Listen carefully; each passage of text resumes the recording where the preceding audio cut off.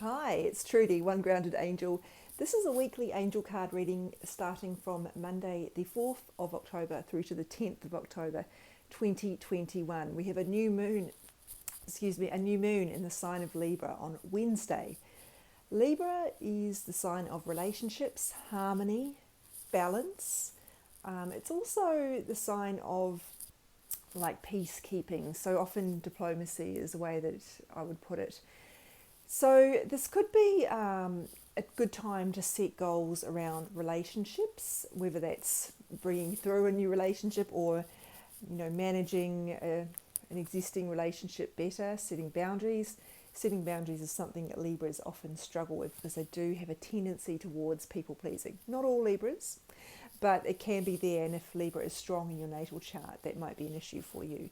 So this might be a good time to focus on that, even though it's not a strength of that particular sign's energy. It's a good, it's one of the challenges that sign faces, so it's certainly a good time to focus on it. Other things are around achieving balance. Look, I don't believe we can ever have perfect balance in our work life, but we can always do better when we are wildly out of balance to redress that. Those are some good things to focus on for now, and I think I'll start shuffling for Monday the 4th, and we'll see what comes up. And I can just hear a garbage truck outside, so I apologise if that noise is coming through. Actually, that card deck is not right. I will start again with a new card deck. So shuffling for Monday the 4th of October. We are racing towards the end of the year rapidly. Monday, admit the truth to yourself and act accordingly. Authenticity coming up strong. So sometimes this can be about a truth that we already know. So it's not so much about admitting the truth as acting on the truth that we already know. But for some of you, it may be actually recognizing a truth that you kind of know intuitively, but you haven't really faced it. And sometimes we do that because we know that if we accept something, we're going to have to do something about it. Something that may be quite hard, like ending a relationship or, leaving a job. And so that's one of the reasons we often stay in that beautiful delusion land, even though it actually is more painful in the long run. But of course, this could show up in lots of minor ways as well. Maybe the truth is that you are making choices that don't really serve you and that it's time to do something about that. And you may have already recognised that, and this would be the card that says, hey, let's move closer towards authenticity. We had a similar message about this last week. Definitely time to act on that. So I'll try again with that card deck. Very much about taking action, that card. Tuesday's message is starting fresh. I love how it's got the yin and the yang symbolism here on this image. And it says a wonderful new beginning is blossoming in my life, which is a wonderful card to get the day before a new moon, new beginnings. So I love how the lunar cycle works. 28 days, we get the chance to, we get a new moon every, within that 28 days, and then a completion as well. The full moon comes, which signals an ending or a new result. Doesn't necessarily always mean the end. Starting fresh. Is there something that needs to be started over? The seasons are emphasised on this. Here we're in spring now. I know in the Northern Hemisphere you're in autumn or fall, depending on where you live. And it's interesting, those seasons are all about either starting something new or something starting to come to an end. In autumn, you've got the leaves starting to turn. And it's so beautiful because it tells you, nature is teaching us that letting go of things that are dead, it can be really, really beautiful. And on the flip side, spring, when things come into bloom, it's also really beautiful for lots of different ways.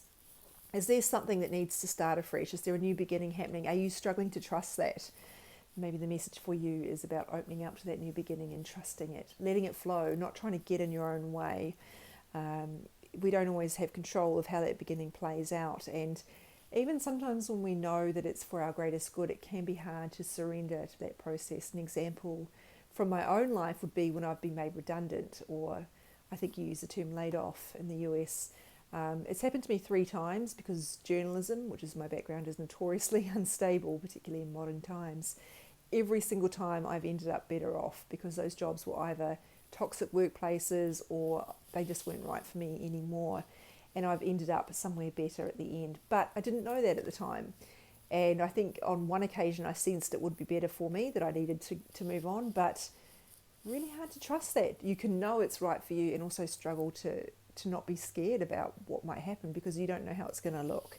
So definitely all about starting afresh. Is there something that has already started afresh that you need to welcome in?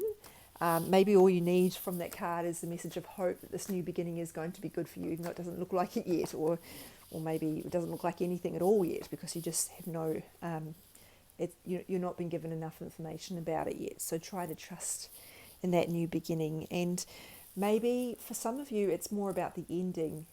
The meaning is about bringing an end to something so that the new beginning can come through. I always think of that semisonic lyric from the 90s, every new beginning comes from some other beginning's end. Pop culture gives us some great quotes, right? Wednesday, essence. In my essence, I am joy. So essence is an interesting one. What comes up for me is about integrity. When I think about the essence of us, obviously our soul would be part of that, but also our values. I feel like those are the essence of what kind of makes us uniquely us. So I feel like the idea of integrity is coming up here, really honouring those values. And it depends what your values are, of course.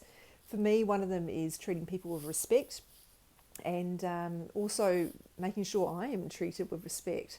So for me, this card could be, is there a situation where I'm not, where I'm tolerating disrespectful treatment?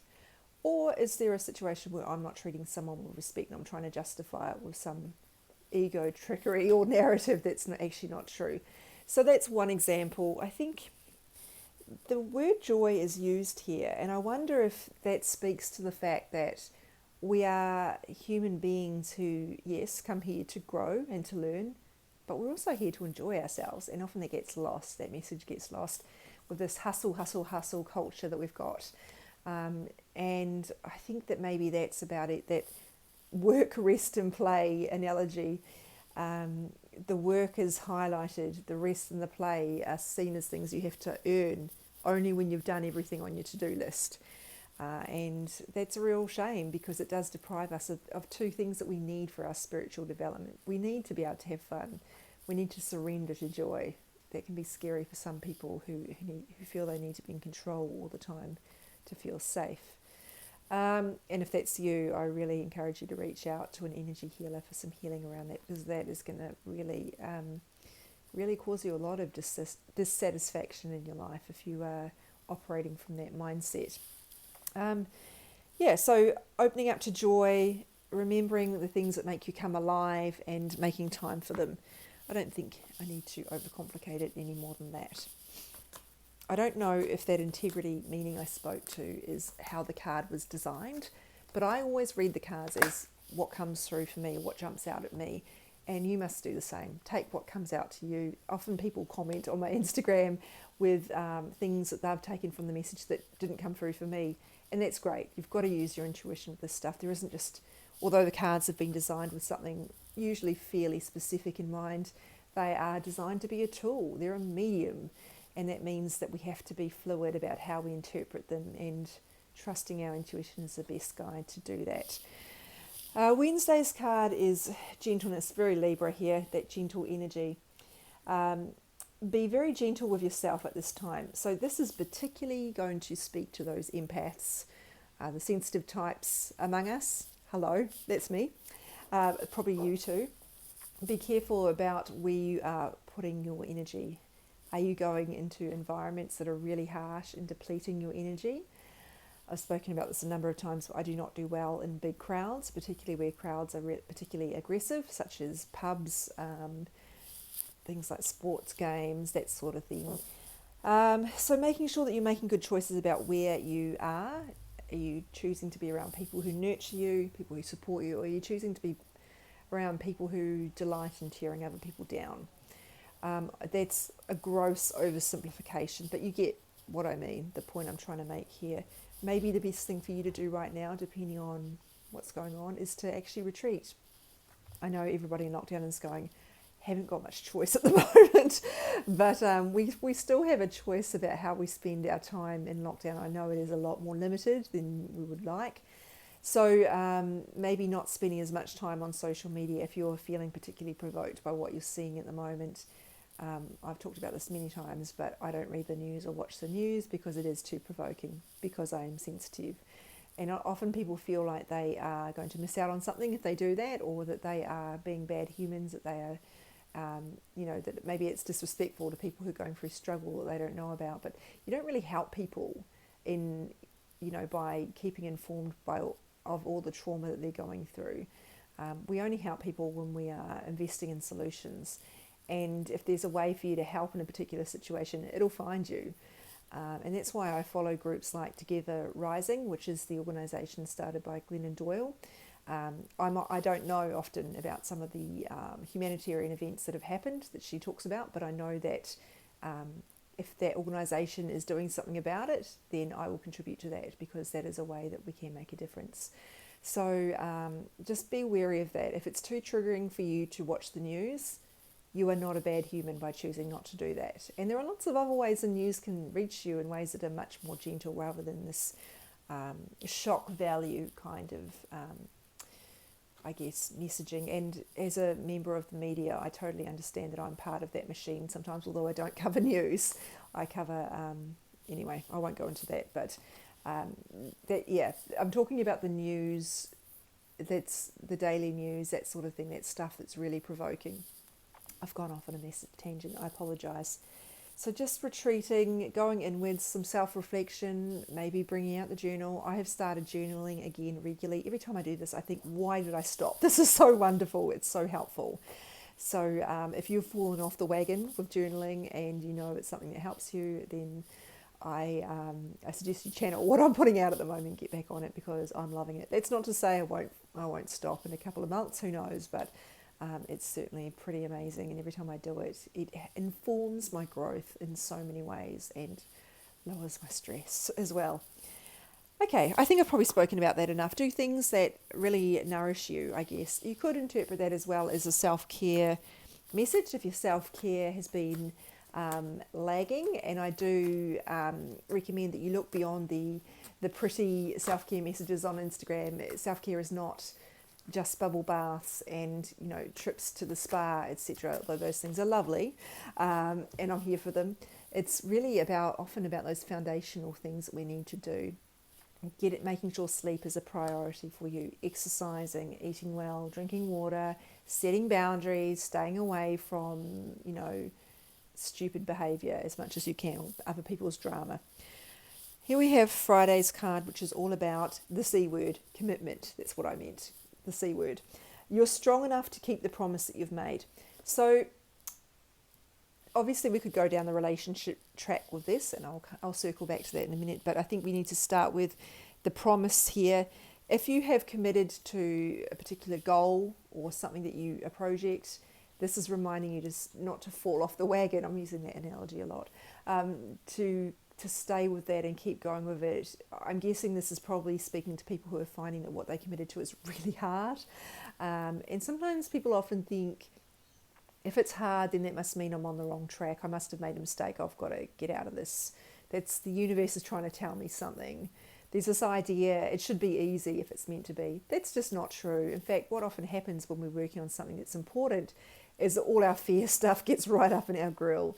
So fear is usually, not always, but usually a response to indicate that we're on the right track. It's coming up because your ego is freaking out. It doesn't want you to be doing something that it knows is going to take you out of your very safe, very routine life. So that's one way to think of it. The other thing is about the relationship commitment side, and I particularly would highlight this because we are in Libra season where relationships are so strong right now, and especially since we have a Mercury retrograde also in Libra. Mercury is the planet of communication, also around thought processes as well, also a bunch of other things which I won't go into, but specifically around relationships. This is a time you can totally misinterpret what someone is saying to you. You can get the wrong end of the stick, if that's a saying you use, where you live. You can also convey the wrong message yourself. So it is a time for being really mindful about your comms, rereading that email before you click send, maybe reread it twice actually, that post, that text message, whatever it is. Be really careful, and also try to choose your words wisely, particularly if you are dealing with a situation where there is tension or conflict involved. I think stand by your commitment. It may be that you need to honour if it's a committed relationship, and this could be a committed friendship as well. I think we make commitments in different ways to friendships, depending on the level of friendship it is. Obviously, those lower tier sort of acquaintance type or transactional friendships, not really relevant here, but those sort of enduring friendships that we invest a lot of time and energy into, it could speak to that. Have you neglected them in some way? This is not to make you feel bad, but this would be a really good time to check in on those people, to really have a conversation with your partner, even though you see them day in, day out. How are you going? Is everything okay? And just making sure that you're having those important conversations. So when I say stand by your commitment, it could be just about the commitment more generally. Sometimes they give us the card that's closest to what we need to know, and it may not be that the title is directly relevant, but there's something in there that we need to focus on. Equally, the word joy on this. So yeah, making sure we're doing a bit of a health check, I guess, on those commitments. Okay, Saturday.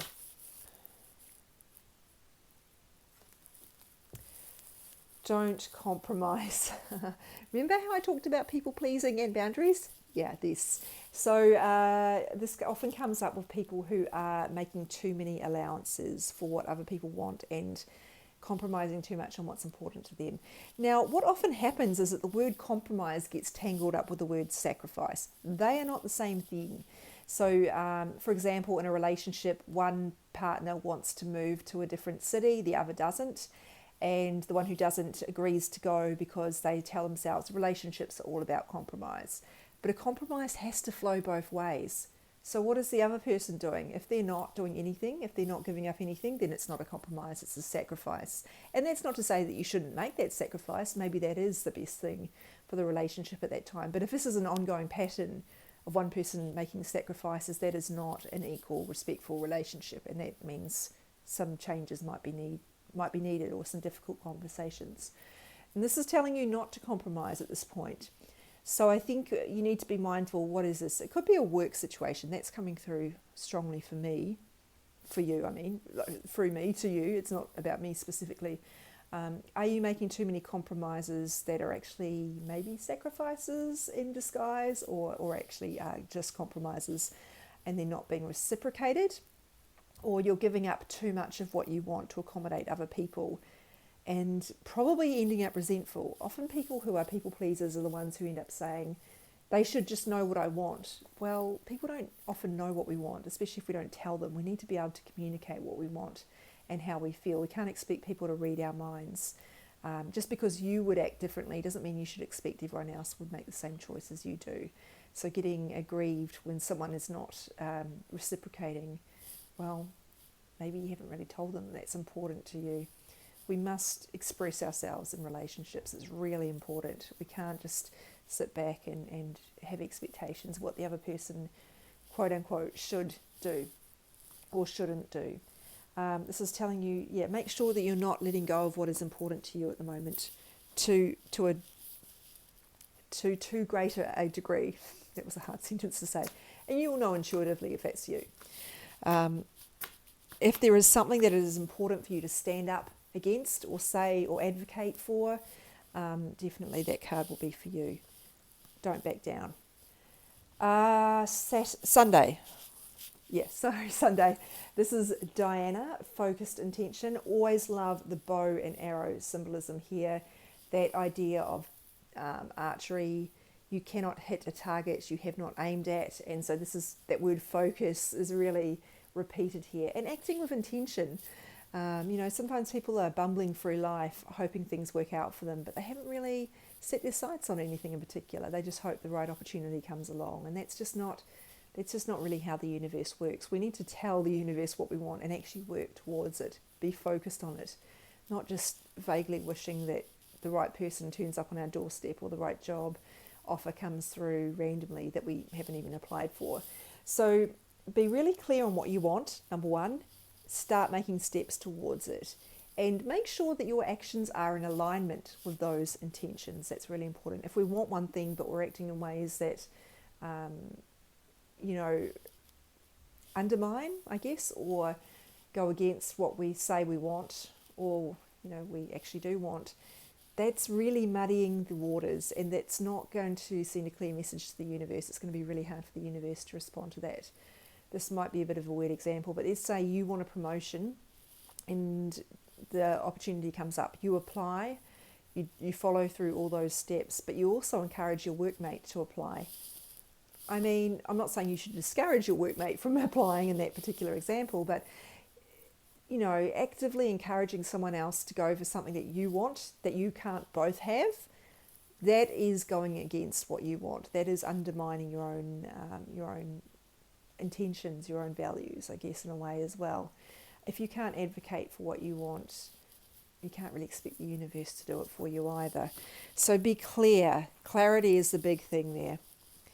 Sometimes it's that sacrifice message as well. I think sometimes people are so used to their needs being bottom of the pile that they will actively look for ways to bury their wants and to sabotage them, even though they don't. The word sabotage does imply a bit of malicious intent. That's often not their intention, but they're so focused on their value coming from quote unquote helping other people that they will do so to their own detriment, and that's not really helpful at all to anyone. So let's look at what we've got here. Bit of an interesting mix here. I guess the relationship stuff is pretty strong, and also I think there's a strong energy around being assertive with this don't compromise, being assertive about what we want here with the focused intentions, and I think being assertive about the way we manage our time as well comes through here, maybe with these two cards, the gentleness and the essence. Guarding our time carefully. Time lost is just that, it's lost, we can't get it back.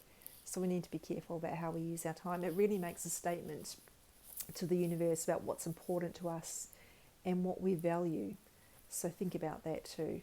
Now that's not to say every second has to count, that's way too much pressure, but we need to look at the sum of the sum of how we are expending our time.